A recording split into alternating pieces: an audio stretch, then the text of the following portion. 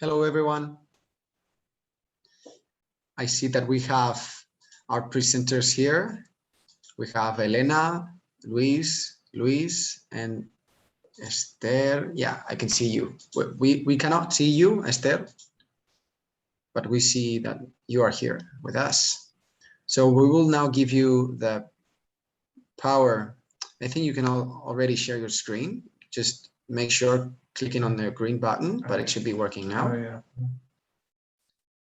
And I will wait like a minute because people are going from one to the other. Sometimes we mix and we confuse the links.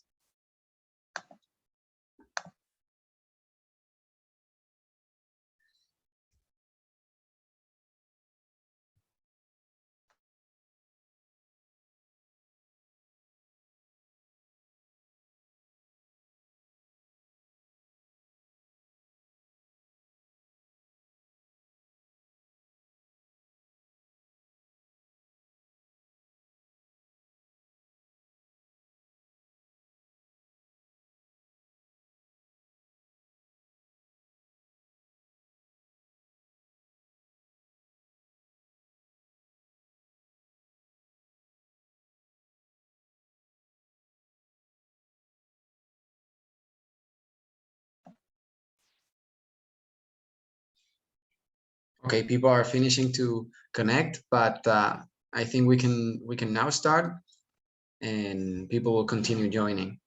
And I will give the floor now to Regina, who will be the chair of this session, and she's a postdoctoral researcher at the University Rovira Virgili, Tarragona, Spain as well.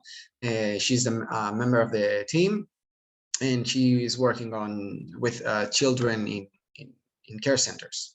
So Regina, whenever you want, the floor is yours. Thank you very much, Guillermo. And thank you, all of the presenters are here. After an inspiring and intensive sessions, we continue now with the session exchange of experiences on different modalities.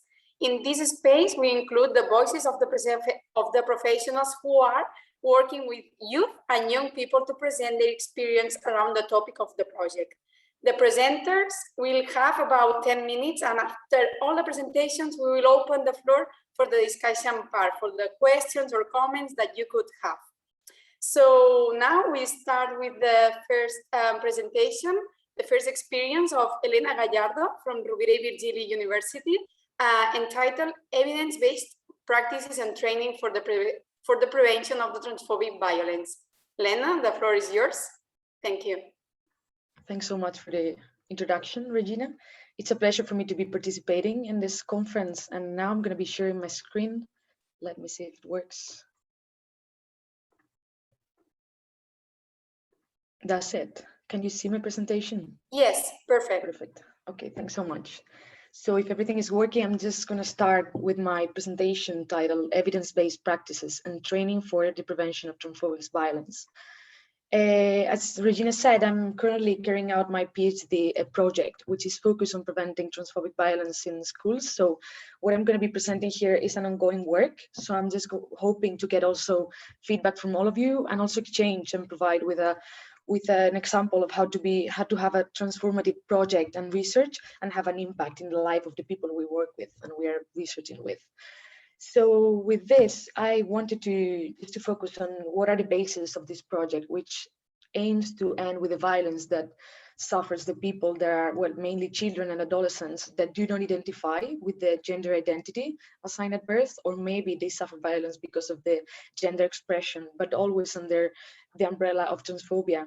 And this project is based under the lines of, on the one hand, the Council of Europe, which has been studying the problem of discrimination on the grounds of sexual orientation, gender identity in Europe, and at the same time, following the guidelines of the United Nations, both in their last report on discriminatory laws and practices, which are a reality in Europe in different countries, and also by the Sustainable Development Goals, which focuses on both of them, both of the targets I'm working with, quality education and gender equality, in these two lines. On the one hand, into ending with the inequalities of accessing education, and at the same time having a quality education free of violence or any kind of discrimination due to sexual orientation, gender identity, gender expression, or any other conditioning affecting to the victims.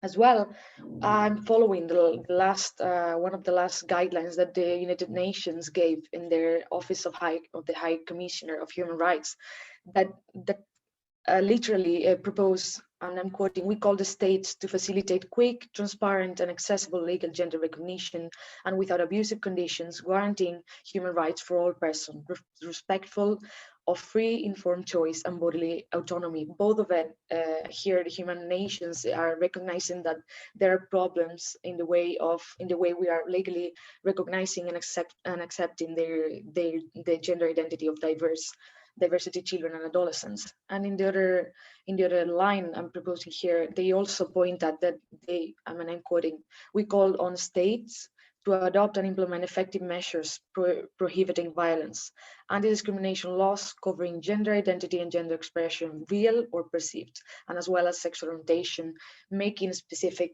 emphasis on how sometimes, and also in the majority, as I have been in contact with, this violence affecting to trans kids or adolescents is also based on the perceived gender expression of the person. It's not always based on the identity, self-determined identity to the rest.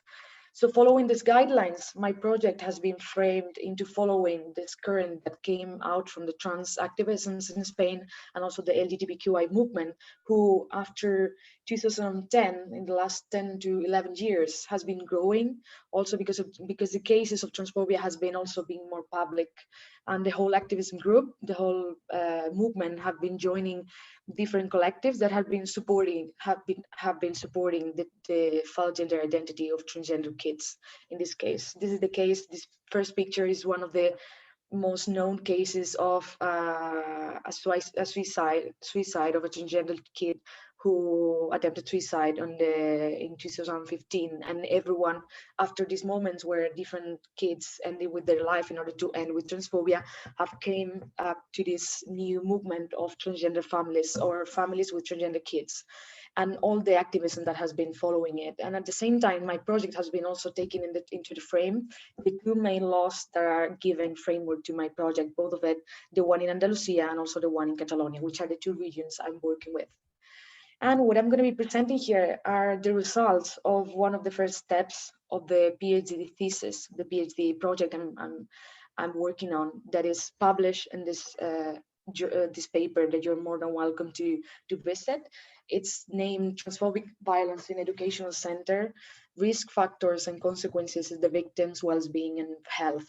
Basically points at how previous research has been identifying the forms of violence, the form of transphobic violence in educational centers such as primary and secondary schools, and as well deepening which are the risk factors and also the consequences that this type of violence can have in the health status and the well-being of the subjects.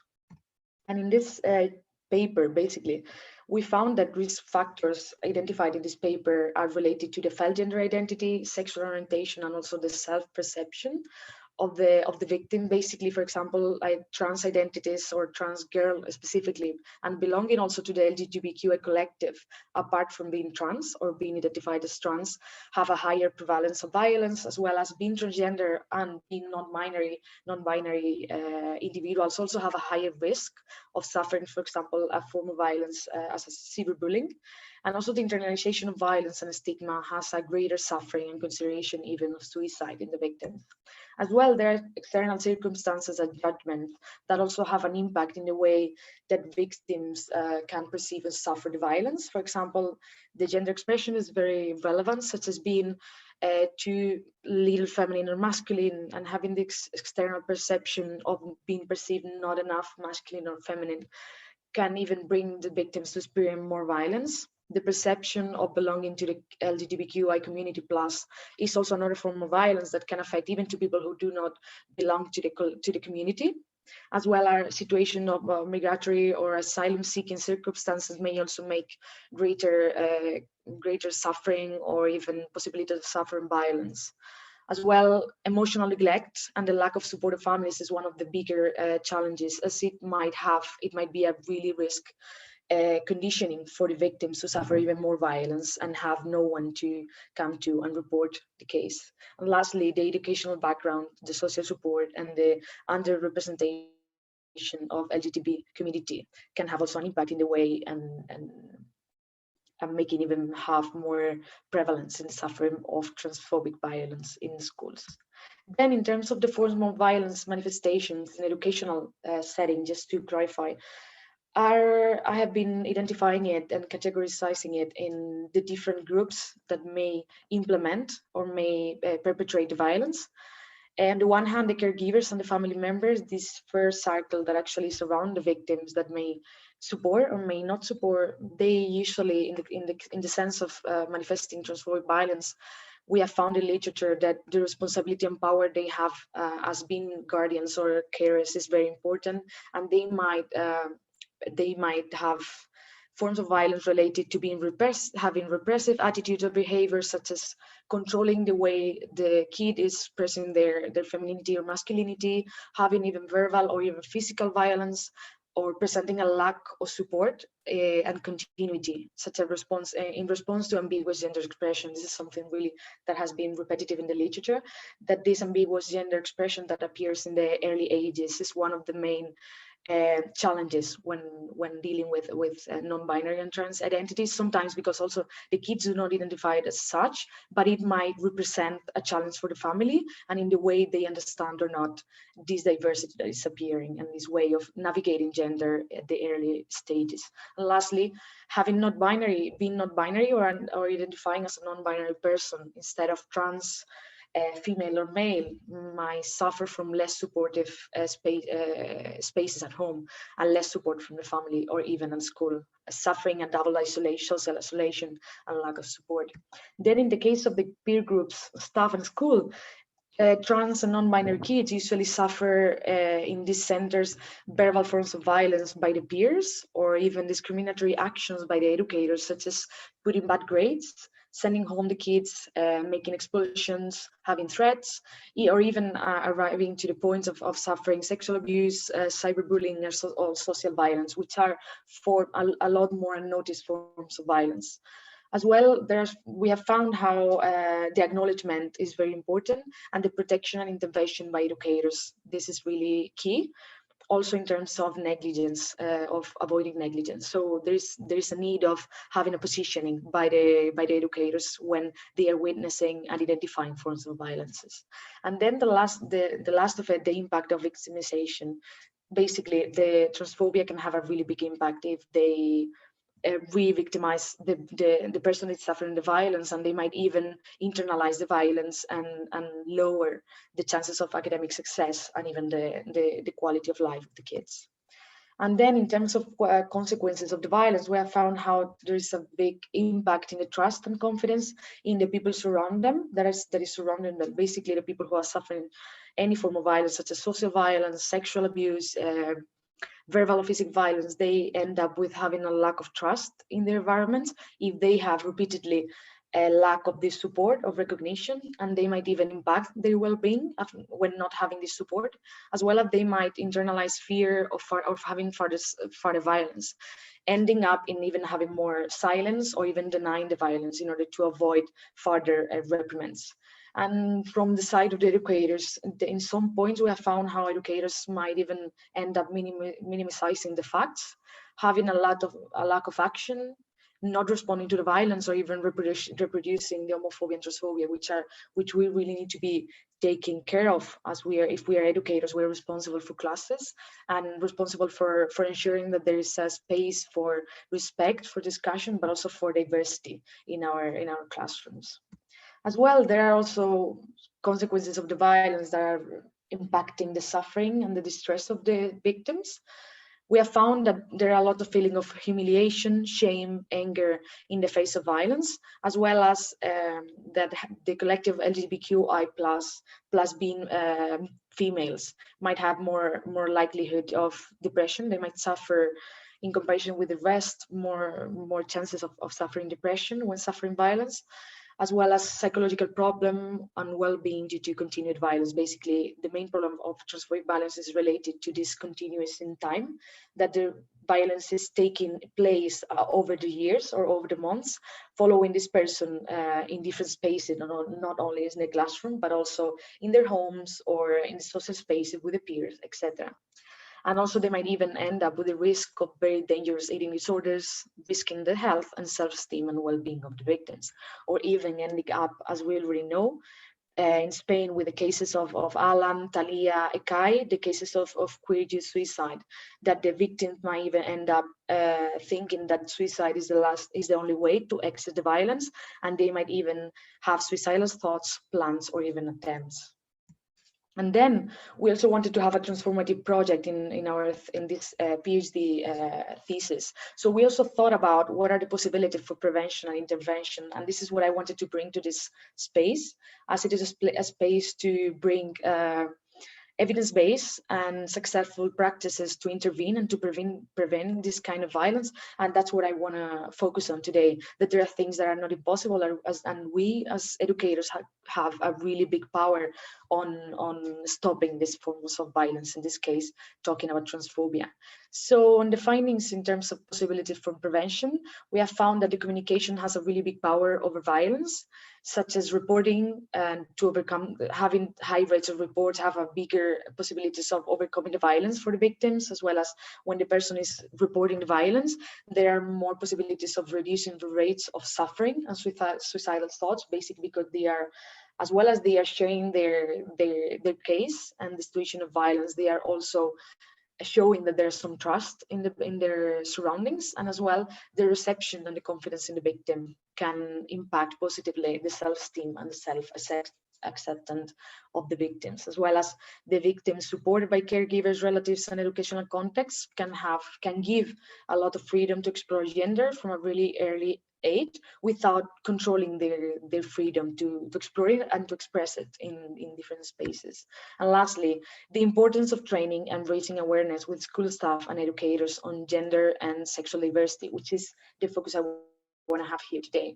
So there's findings that point at the pre-training on diversity and how to successfully fight homophobic and transphobic discrimination is very relevant when fighting transphobia, as well as preventing of direct and indirect violence. Because this kind of training can provide tools and knowledge to the educators to be able to identify these forms of abuse and be able to act on it, and as well of having diversity sensitive educational curriculum, which might be an alternative to it. In my project, I have followed different objectives. I don't know how I'm going with the time, if I can talk about it or if I should. Yes, you have enough time to okay. talk about it. Thank you, Elena. Yes. Okay, thank you. So I'll just talk a little bit about the project and how this literature findings from the literature review have configured also the research questions and objectives. So I have mainly had 4 objectives, which you can find here with their complementary research objectives. So I'm just going to focus on the 4 main objectives, which are, on the first hand, analyze the state of art, which is the results we have just heard that I just presented. In the second one is to identify the forms of violence suffered by trans children, adolescents, and young people in educational environment, including in those also non-binary individuals, which is basically the fieldwork I've been working on, collecting information firsthand from children, adolescents, and youth here in Catalonia and in Andalusia. The third objective as well was to know the forms of response and resistance to the transphobic violence by those subjects. And then lastly, to study strategies and practices of prevention and intervention against transphobic violence, basically translating these results from my project into successful practices which are going to be implemented and that I'm going to present in a little bit. Apart from that, I have followed a communicative orientation in my research because I wanted first of all to identify successful actions to overcome the situation of inequality that suffer transgender and non-binary children in educational settings, as well as having an equal dialogue between researchers and subjects and social agents who have been included in the research in the whole process, and as well as having an impact on the prevention of violence, not only producing evidence, but also generating strategies to fight it and implementing them during the process of the thesis. And then in terms of the orientation, I also have a participatory orientation in which during the fieldwork I tried to have a triangulation of the results. So I not only focused on the trans and non-binary adolescents and youth, I also interviewed their adult companions. So in terms of fieldwork, I have interviewed 17 trans and non-binary adolescents and youth, with whom I have also implemented a set of instruments of the research, which were focused on the subject in order to let them deep in emotional issues or sexuality issues, more complicated issues related to suffering, violence, self-esteem, acceptance, etc., which were corporal maps, lines of life, emotional maps, and writings, which I'll be more than happy to deep in later in the debate if you are interested in. And then in the other way, I also wanted to interview adults which were involved in the process of transitioning of the children, who also provided the view of educators, professionals, health staff, partners, friends, relatives, and who also provided their perspective of those who are being step by step and accompanying this trans and non-binary adolescents and youth. Elena, we have 1 more minute. Okay, so I'll just step basically to the transformative objective of the thesis. So I wanted to focus, as I already said, in different objectives, such as having an intersectional approach, also working with qualitative paradigm, but the main objective was to be have a transformative objective, which is what I wanted to bring up here. This is a work that is in process at the moment, and I'm designing, after having the findings for my thesis, on a training course focused for that is going to be implemented next year with public primary and secondary schools professors and educators, which is evidence-based training, and the design and implementation of this training course is focused on gender and sexual diversity. And the main objectives of this course are going to be to reflect and learn about inequalities, social constructions, and other important categories when tackling discrimination. Secondly, to understand from a gender perspective the process of discovery and exploration of gender and sexuality by children and adolescents. And lastly, to work on material and concrete practices to promote freedom in order to provide enough knowledge and practices for educators here in Catalonia to tackle discrimination and transphobia successfully. And that's it. I'm really happy to be presenting here, and thank you so much for the space, and I'll be more than happy to deep in all these issues. Thanks so much. Thank you very much, Elena. I said before that the presenters had 10 minutes. Sorry, I wanted to say that each one has 15 minutes. So now, thank you, Elena, for your presentation. Now we continue with the presentation of Luis Martínez Castillo from University of Alicante. He's going to present new masculinities and upstander positioning. Luis? Hello, thank you. Can I hear you? Can you hear me clearly? Okay, right. Sure. So now I'm going to share my presentation. Okay, here it is. Can you see them?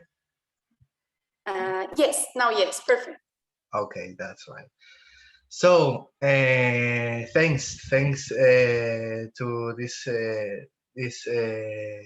time and this opportunity to talk a little bit about my point of view and my personal life. And this is a really short fragment of what I'm living, no, at the university. So now I'm going to talk about new masculinities and upstander intervention, relating more than what I have seen at the university. I'm studying at the university. I'm 20 years old, and I'm studying at the University of Alicante for being a primary school teacher. So I wanted to make a little recap of why I think it's important to be upstander and new masculinity. That is really related with one and another thing. And I'm going to start a little bit about saying what is upstander intervention. Is being socially always helping and not being stopped with when we watch something that we don't like a democratic society, you know. So why is important to be an upstander person, an upstander people now today? Because I think it's really necessary today to act and to stop the way that is seen. No, then later we are going to see a presentation about green dot that I said that I think is very important. And with the upstander, we always say that it's important to act. It's important to stop the way, to make it happen, no? To be active socially. And this is so important because if we take this role, we can make the society go forward, and we can see images like this. So I wanted you please to look this image, this picture that is a few days ago here in Spain. And I was watching this picture the other day, and I was thinking about how the time changed a lot, because I was seeing a short video about how was the LGBTI collective years ago, and it was so different. Here we can see not only people of different that is involucrated here. See, we can see a lot of people supporting and giving them some support because they are an active person. They are an upstander people person that are supporting this kind of events. No, so it's wonderful to see more and more people through the time supporting these kind of things. And when we say we have to be active, we have to have a social active role, we are not talking about the society and biggest thing, because there are sometimes we only think the society and biggest things. We can also talk about family, friends, classmates, people that is really near of us. And this is why I think it's very important, because if we think we all have a really close persons that they have some difficult stories or something, and we have to be here, and we have to be as upstander and new masculinities with them.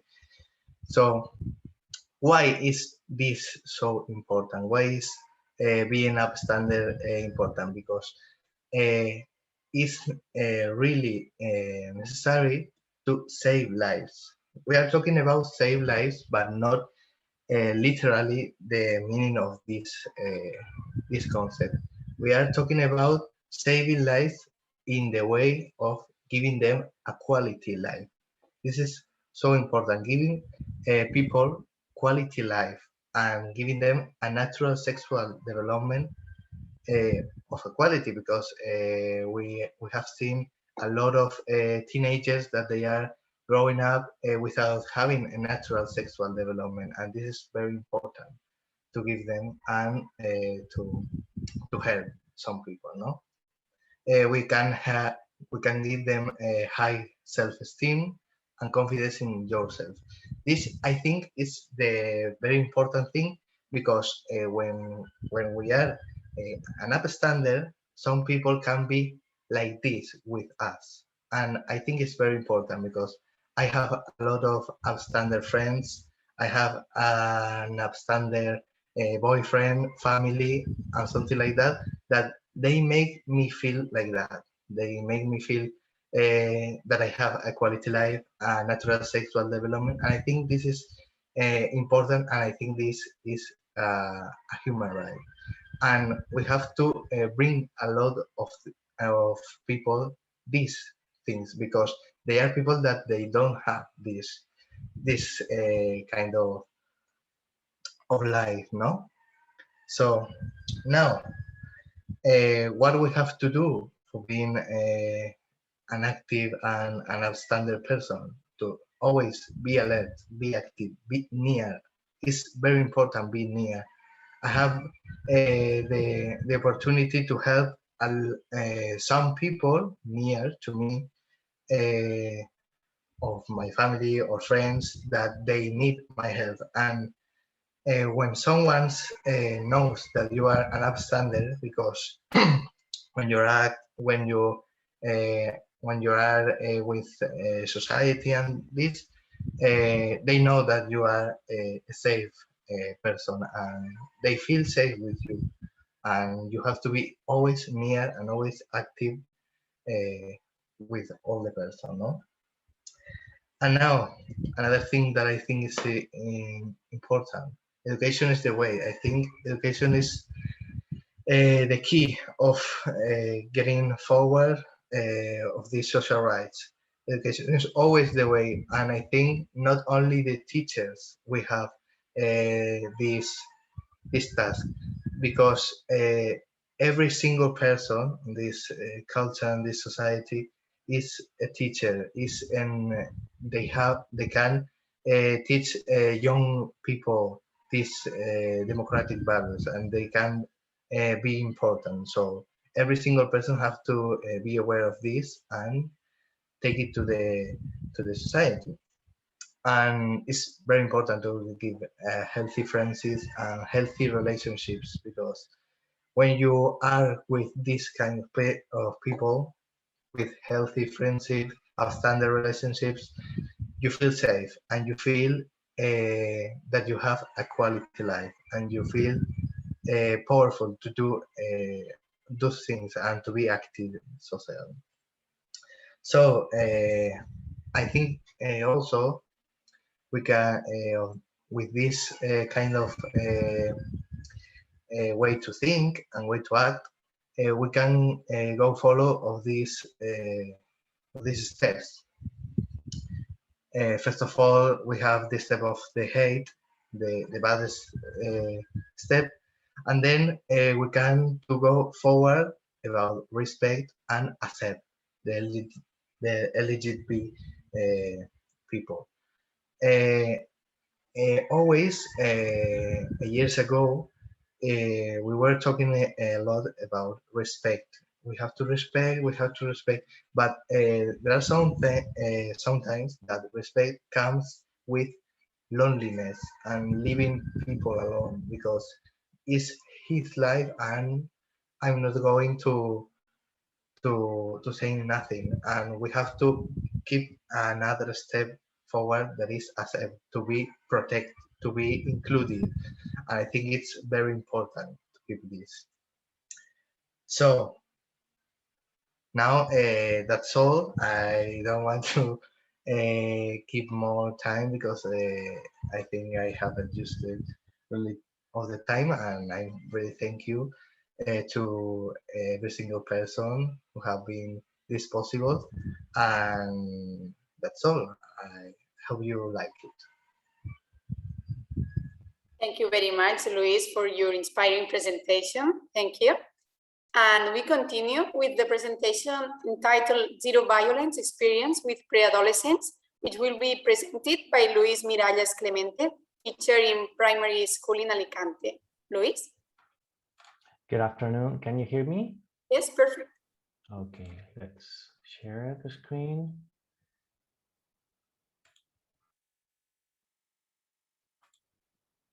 Okay. Can you see it? Can you see it now? Yes, we can see. Okay, thank you for the opportunity to share and contribute in this important event. In this presentation, I'll try to convey some of the social and personal transformations we experienced in a primary school in Spain from 2015 to 2018, when we implemented some successful educational actions for the first time there. We carried out those actions in 2 groups, 2 classrooms along 3 school years. That was 4th to 6th grade, 9 to 12 years old, although some of the students have repeated, so they were 13 in 2018. So we had class A with 25 students and class B with 27 students. The thing is, we came across some teacher training we hadn't heard of before, a project called Schools as Learning Communities. And this project was transferring to many different countries a very specific set of educational actions validated by the scientific community. And it was the first time we heard and read about the importance of supporting what schools do with scientific evidence. It all made perfect sense. I mean, education is so important, we all agree, but still teachers are trying to do their best without being aware of what actions and practices really work. That's where science comes in, because there's lots of solid literature about learning and also about preventing violence. So the first thing was our own training as teachers, which gave us quite a lot of confidence. It was so different from any other training we'd had before. We found out that social sciences have been bringing knowledge to improve education for decades. We realized that most of the teacher training we could get did not have any scientific base. Then we did something that changed everything. We visited a school that worked as a learning community. They've been doing all those successful educational actions for years. We visited several classrooms and collaborated as volunteers in the interactive groups. That day we saw it was perfectly possible for us to start the next month and do it well. We talked to our students and decided what book we would read and discuss in our new dialogic literary gatherings. We agreed on some ground rules for teamwork and got ready for the interactive groups. We explained everything to the families. They were really interested and everything made a lot of sense for them. Giving their children the best educative actions available, we should have started before. That was the reaction. We also explained to them that we would need their collaboration. They would help their children read at home because we were going to read really challenging books. We would need some of them to come and help in the interactive groups as volunteers as well. I want to tell you about 2 of the successful educational actions, DLG and IG. I'll try to sum it up, but you can find lots of information and academic articles on the internet. For the DLG, we read a segment of the book at home, and in class, we sat in a circle. One person was the moderator, and everyone could express their opinions, ask questions, tell what had caused an impression on them, and so on. The deepest conversations and debates started to take place. We had never experienced something like that as teachers. The moderator had to ensure all the conditions for effective dialogue and total respect. We all spoke in turns, including the teachers, and active listening was required and desired. All the important subjects you would think should be discussed in schools came up naturally. Maria was terrified of reading in public, since she was used to being laughed at and expected things to go on the same when she got to the new class. But then the DLG changed everything. In a matter of months, she felt confident enough to read out loud, really slow, and nothing bad happened. No one laughed. No one said anything about it. No one made a noise because everybody appreciated and enjoyed the wonderful atmosphere we all had created. Marta, really shy at the beginning, dared to question other girls' arguments, even if they had a clearly higher social status in the school. She wouldn't have dreamed of talking back to the more popular girls in the class at the beginning. Juan had been diagnosed with selective mutism. He wouldn't talk to adults other than his mom. Before the end of the first year together, he found the right time to put up his hand and answer a question in class. The next week, he shared his thoughts in the DLG, which made the whole class really happy and proud. He was so happy and proud himself, and you could see in his face that he felt he was at the right place, a safe place. In the interactive groups, we worked in small teams with the guidance of an adult volunteer whose job was not to help with maths or Spanish, but to ensure everybody could participate, everybody could get or provide help, and there was a respectful atmosphere at all times. We planned the most challenging schoolwork for those weekly sessions of interactive groups. Students with low expectations started to see and prove they were capable of so much more than they, their families, teachers, and peers had expected. Marcos had repeated 5th grade. He used to say he was stupid and didn't try hard because he was hopeless. 1 year after, he said the most important thing he got from IG was getting better at maths. This was really meaningful for us teachers because we conducted a series of interviews in 2018. And on the one hand, some students who had supportive families and no academic difficulties said they liked IG and DLG because they were interesting, entertaining, and so on. But the other students, the ones who had really hard lives, they all said they liked IG and DLG because they were getting better at reading, writing, and maths. Marcos and another repeating student asked me one day if they could come back in the afternoons to get some help with their reading, since they wouldn't get it done at home. There was such a big transformation. It was difficult to believe, but there they were. We could spend the whole afternoon recalling the transformations each of the 52 students went through, plus the teachers ourselves. I wouldn't have believed it if somebody had told me in 2014. Family engagement in successful actions changed many lives. I remember a meeting with families. A mother said in a friendly tone, "My daughter asked me to provide arguments when we didn't agree on something at home. What are you doing with them?" What I understood was it was the first time she had noticed that kind of critical dialogic thinking in her daughter. Other parents agreed that their children were becoming more reflexive and prone to dialogue at home as well. And here comes the other big thing, because we had IG and DLG, which created a respectful space for effective learning and cooperation. But the Zero Violence Brave Club was the backbone of all the interactions among students. In a nutshell, all the students were part of the club as long as they met a few requirements: being nice to others, caring and supporting others, breaking the silence and telling the truth, being an example for others, respecting the no means no rule, taking the side of victims in front of any kind of aggression, and ignoring those who mistreat others. Understand, ignore as not going with them for the moment, okay? So what happened when someone didn't act according to those conditions? We held several class assemblies every week, speaking in turns, much like a DLG. We solved, and most important, we prevented all kinds of problems. If the assembly agreed that someone could not be part of the Brave Club for their actions, they would decide they wouldn't want to be friends with that person for the moment in order to give a clear message. We want you with us, but not if you do that. Or change your attitude and you're in, and so on. It's so coherent, so powerful. Eduardo showed violent attitudes and comments toward peers, especially other boys, and looked down on anyone not following hegemonic masculinity standards. He said he didn't care about that stupid club and worse things you can imagine. But then it happened. The assembly decided nobody wanted to be near him for some time because of his actions. It's important to know that from the beginning, we made it clear that everybody wanted him in the club, in the group, in the class, but not that way. In other words, it's not that we don't want you with us. It's all about those violent attitudes. His words said he didn't care, but his actions said otherwise. He was willing to change for the first time in his life in order to be accepted in the group again. Marcos and Jose were repeaters.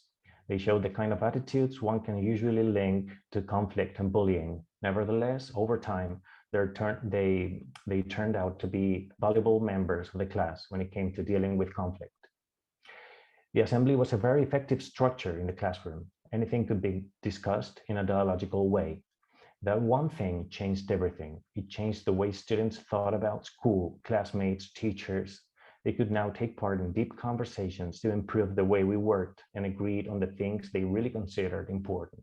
For example, the assembly would discuss new proposals to solve their problems and pass those proposals or not, change rules and so on. When there was something affecting both classes, A and B, we had a joint assembly with all 52 students and 2 teachers, which worked smoothly thanks to the dialogical methodology applied in DLGs, weekly assemblies, and other spaces. The Zero Violence Brave Club implied that nobody would accept any kind of violence toward anyone. We would try to stop it or find help in any of the ways we agreed on. That's the bystander intervention approach. If somebody hurt another person, physically or psychologically, all of us would support the victim, and they all knew no one would want to be near the one who had a violent attitude. That meant we would not tolerate any form of violence, no matter how normalized some of them were in the past or out of the school. We really talked a lot about different kinds of violence, humiliation, isolation, creating rumors. Everything was discussed and pictured with real examples they, boys and girls, had experienced. This is the way thousands of schools are promoting and creating safe places where everybody can make friends, learn, and enjoy all at the same time. Because effective learning will not take place where students are bullied, which puts them under toxic stress. We know that from the scientific literature on neuroscience. Before finishing my presentation, I want to recall 2 special situations from the last year in that school when our students have been benefiting from successful actions for more than 2 years. The first one, we were watching a movie in class on a big screen. 2 friends, 2 boys, were sitting together. One of them had his head on his friend's chest, and this one was tenderly caressing, stroking his hair. Nobody said anything or made faces, nothing. It was so natural. I couldn't imagine that situation being normalized only 3 years before or earlier in any school I've been to. We had really created a safe, respectful place. And guess what? One of those 2 students was the one with selective mutism, which was no more. He felt so safe and confident now. The second example occurred during a DLG. We were talking about Treasure Island. A girl was saying she thought there were quite a lot of bad people some centuries ago, you know, pirates. But then she said, and this is the important part because we've been working together for 2 years, she said, I believe our society is changing. There are more good than bad people. Then she paused for a moment, and the rest of the students were thinking for a second, and some of them had doubts. You could see that in their faces. But then the girl went on and said, at least here in our class. Then the rest seemed to agree. And she concluded, well, for me, this is society. For us, the teachers, this situations and many more were some kind of indicators or empirical evidence that we, all of us, teachers, families, students, had actually transformed that tiny little piece of society. Thank you. Thank you very much, Luis, for sharing your experience with us in this session. Thank you. Before presenting the next presenter, I would like to remind you that at the end, we will open the debate where you can raise your hand to ask your questions or comments orally, or if you prefer, you can also write your question in the chat. So the last presentation is entitled Education Inequality, Sexual Education Project on Prevention of Transphobic Behaviors, which will be presented by Esther Luna González from University of Barcelona. Esther Luna, the floor is yours. Yes. Thank you, Regina, for the introduction. Okay, my English is not as good as yours, so if you don't mind, I'm going to read my presentation. Okay, as you prefer. Thank you. Thank you. Okay, good afternoon. I am Esther Luna, and Carlota and me, we are members of the La Malva Acció Feminista Calafell Association. We would like to share with you the project Sex Education and Prevention of Transphobic Behaviors that we have carried out in the last few months. La Malva is a group of women from Calafell who have been working since October 2018 to bring the feminist struggle to all areas of the village.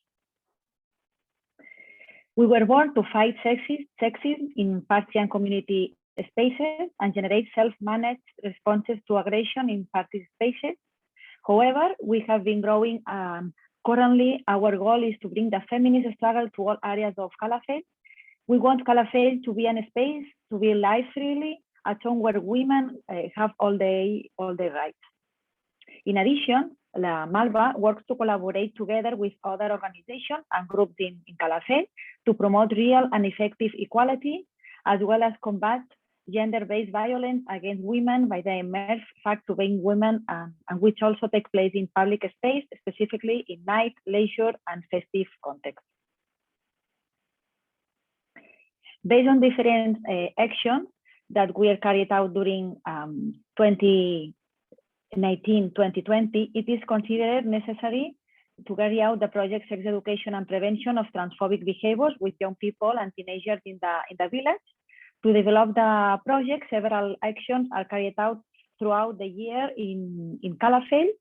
Among the different actions planned in this project, we highlight combating transphobic behaviors in the municipality. The main people targeted by the project are children and teenagers in Calafell. The activities detailed below are carried out in the educational spaces such as Al Castell Primary School, Ins Camí de Mar, Ins La Talaya, Cinema Iris Civic Center, Ludoteca, or Casal Jove. The project implementation period is from September 2020 to October 2021. It should be noted that although the COVID situation has not facilitated the implementation of the project, we are managing to implement all the actions proposed. As mentioned above, among the different actions that are carried out on this occasion, we share with you the activities that refer to the goal of combating transphobic behavior in the village. In the start of the school year in September, we went to hold a conference on trans realities to raise awareness about trans realities, trying to work the intersectional perspective beyond trans feminism. With Martí and Zoe, we discovered some of the realities that trans people live. They do this through theoretical, practical, and emotional content, through which they become aware of the oppressions linked to these realities and how we can combat them every day, both collectively and individually. As part of St. George's Day, La Malva celebrates a feminist St. George's Day full of books and histories of princesses, dragons, and knights that do not reproduce stereotypes and gender roles that generate inequality. To achieve this, we will make several children's stories in the village schools. Histories break with gender stereotypes and with diversity and difference are accepted as everyday facts. The aim is to prevent the emergence of gender inequality and in childhood, and to deconstruct myths and stereotypes. La Corda is a play made by Debat of the Fundació Associació Cultural de Granollers, which aims to generate educational debates in classrooms based on theater stories. La Corda acts as a turning point to start a broad discussion on the origins of gender-based violence in the teenager world. The play is performed through staging and subsequent debate between the spectators. The work and the subsequent debate form a very effective pedagogical tool, as it allows young people to connect immediately with situations they live in or may end up living in, and to identify forms of violence that go unnoticed. From La Malva, we will hold a talk open to all population of Calafell by Laia Rovira, and a specialist in legal regulations and crimes in which women are especially vulnerable due to sex. as well as the Proshida criminal law, interim measures, restraining orders, sexual abuse, etc. It also deals with legal regulations and criminal and family matters, specifically on divorces and custody in the context of gender-based violence. Finally, it will also provide resources and support institutions for women affected by gender violence to have municipal tools and services to go to. It is a participative active where debate and reflection are generated to be shared between all participants. To analyze the relevance of the project, we have evaluated the economic, social, and technical sustainability. At the economical level, the project has a diversified financing between own and public financing. Thus, the present project enjoys a balanced income structure that ensures its continuity and sustainability over time. Social sustainability.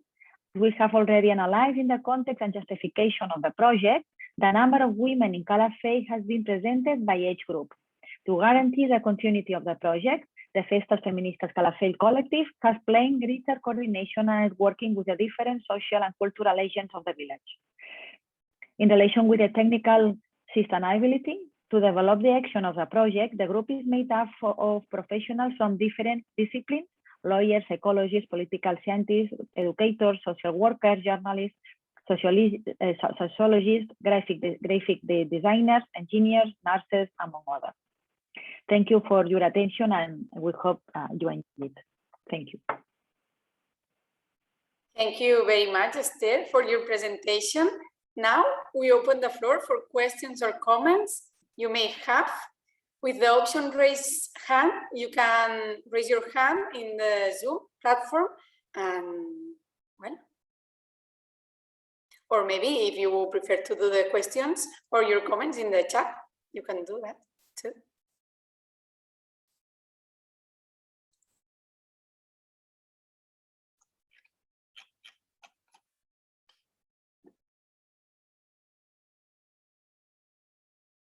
Okay, Oriol. Yes. Thank you to all the presenters for your presentations, because they have been very inspiring. I want to make two questions.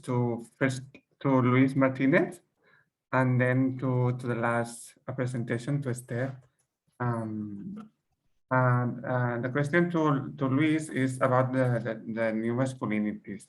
From your experience, which is the impact to new alternative masculinities to prevent or to become an upstander, and to prevent violence towards LGBTI, LGBTI people? This was my first question. And the second question to the last presentation to Esther, I only want to know which has been the impact during this first year that you have started to implement this project in Calafell, that is very close to here to Tarragona. What is the impact in young people? I only want to know your insights on this. Thank you very much to all. Thank you, Oriol. Luis, if you want to respond to the question. Okay. Yes. Okay, so thank you, Oriol.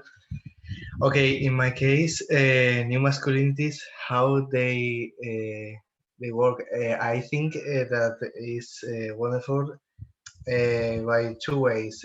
First of all, for me, because I think I have a personal transformation about myself, my point of view, my way to act, to interact with another people, another boys, and I think they have helped me a lot, because I have more clearly what I want in my life and what I want in my relationships, and I think it's very powerful to share new masculinities with another friends, because my friends have become a new masculinities also, and I feel really protected by they, because they are Upstander people, and I feel really safe with them, and I feel really comfortable, and I think I have a really quality relationships and friends. I think it's wonderful of this way. Thank you, Luis. Esther? Yes, thank you, Uriol. Okay, about the impact of the project, we don't have done the impact, but I think that you are right, and we can to take profit of the team, because we are we have a lot of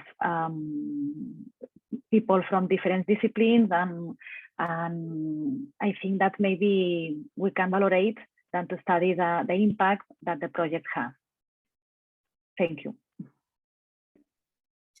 Thank you, Esther. Well, here in the chat, we have a question. Laura said, thank you very much for all the experience, which are very interesting. I would like to ask Luis Miralles, in what aspects does the involvement and participation of families contribute to the Upstander actions you carry out at the school having a greater impact? Thank you very much for the question. In the first place, before starting with any of the actions we carried out, we informed the families, and we held family meetings in which we insisted that any doubt they had should be talked about in that moment or later, because they needed to understand why, for example, the Brave Club, why did it work that way? Why did it have to meet those conditions? They had to perfectly understand why. And we gave them examples.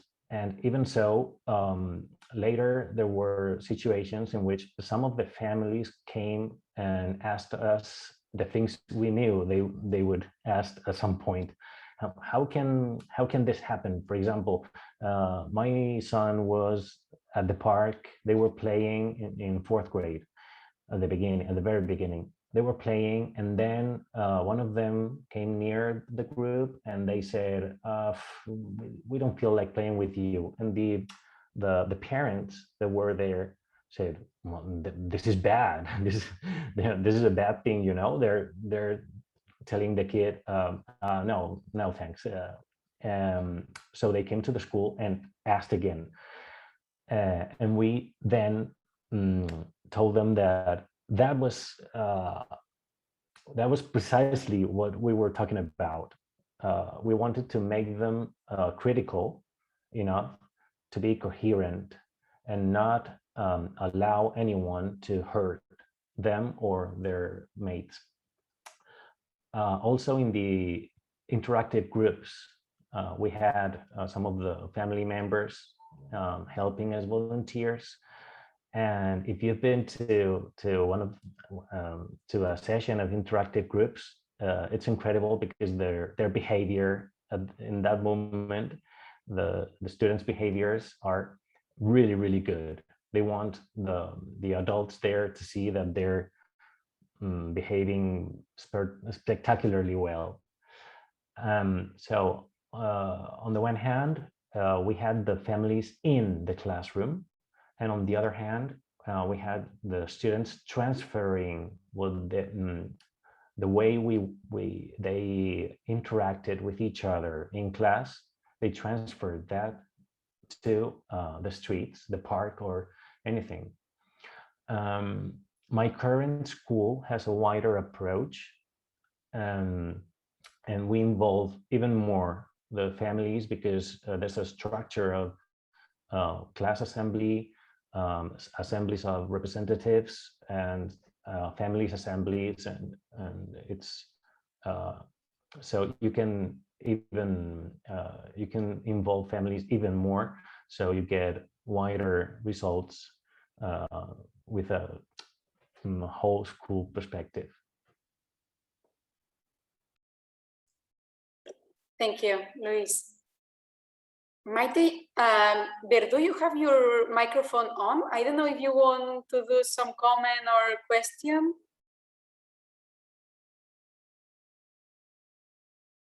I think that she doesn't know. Okay. No. Okay, thank you, Maite.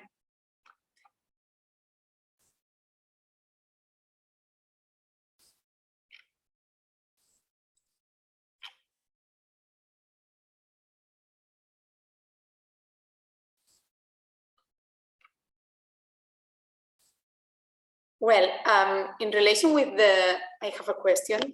In relation with the topic that Luis Miralles explained now, I would like to know, Luis, if you can recollect the impact of your actions or the school's actions, but not with the children, in the adolescent, because I imagine that you do this work since 5 or 6 years ago, I don't know, but now you can see these children that are adolescents and you can see some impacts. Maybe you can explain a little bit more about this, or if you know some examples. Well, I personally have spoken to some of the families, the ones that got the most involved in everything we did, and they say they have no words for what happened during those 3 years, because they even say some of them, I'm thinking about a particular family, and the younger girl in the family, the mother said she was more mature than the older one, who was 3 years older. And they say when they got to high school, the first year in secondary school, they were demanding teachers to implement the DLG or the class assembly. They said they needed to talk that way and have their words heard. But when we finished 6th grade, I moved. I changed school. I changed to a different town, and I went from 6th grade to 1st grade. So I kind of lost track of them generally, but well, and now I'm seeing how everything works just the same. It doesn't matter if they're 12 or 6 years old. It works just the same. Only you as a teacher get better at it. So you do it better and you get even better results. So maybe we can talk about this next year. Thank you, Luis. I don't know. I have another question, but I don't know if someone have some comment or question. Well, I ask my question. Well, in this case, I would like to ask to Elena, if you have, Elena, more details of the effective practice for prevention of transphobic, because before in the previous speak of the FRA, you said that this is the most vulnerable collective, most vulnerable group, yes. So maybe you can explain us if you have more details of this, of the effective of some practices for prevention the transphobic. Thank you so much, Regina, for your question. So regarding this, of course, as I said, training and raising awareness with educators is one of the most temporarily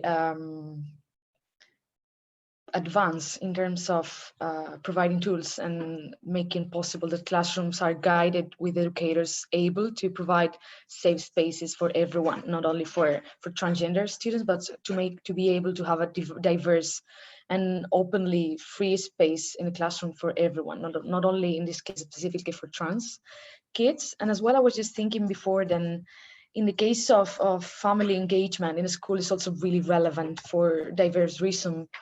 it can be a really transformative step, having the family involved in having transformative changes and progression. For example, having the will of the family to be involved in the school and in all processes such as implementing protocols against transphobia, etc.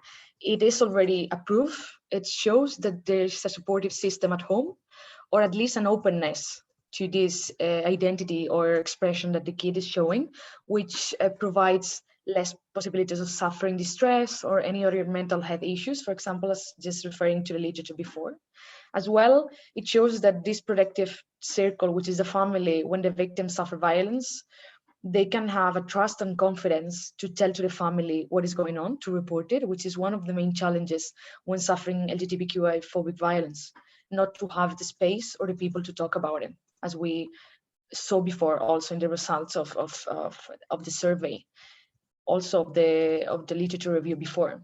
As well as showing in the results of my thesis, the family can become negotiators with the schools in the case the school is denying or not accepting or not identifying when the violence appear, or even denying the violence. So at some points in the field where I have realized that families become these active upstanders, not only acting against the violence and preventing and not perpetrating violence in the families, but also acting in the school and preventing it from being reproduced by the head of the school, and providing a safer space, protecting the children, which is another really transformative factor. And lastly, when the family get involved, they even arrive to the point of getting involved actively, developing and implementing active raising awareness activities, as I've seen in my fieldwork. Some families, and specifically moms, have become these new activists that also occupy spaces and classrooms, and even train educators to become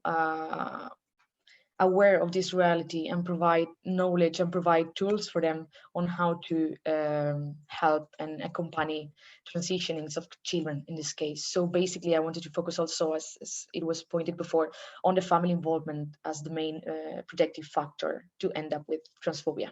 Thank you. Thank you very much, Elena. So I think there are no more questions or comments.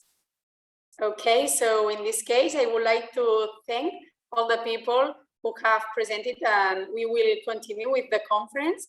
Thank you very much to all of you, and I will give the floor to Guillermo. Thank you. Thank you, everyone. Thank you, Regina. And yes, so it's now 4:15 here in Spain. So we have now 45 minutes to do whatever you need to do, and then we'll see each other at 5 o'clock. We will have this unique chance, right, to hear firsthand the strategy, the Green Dot bystander intervention program. That is the strategy that is showing scientifically the most evidence of results in reduction of violence thanks to the bystander intervention. So this is the key of our project, and we are so lucky to have someone from the Kentucky Assault Sexual Assault Prevention Program to talk to us about this program. So yeah, we'll be there from 5 to 6 to end this wonderful one-day conference from the project. So thank you so much for the 4 authors and presenters, and we'll see each other on the webinar link, which is the other one, not the one we are at. Okay, so we will also send the link right here before you leave. Thank you so much.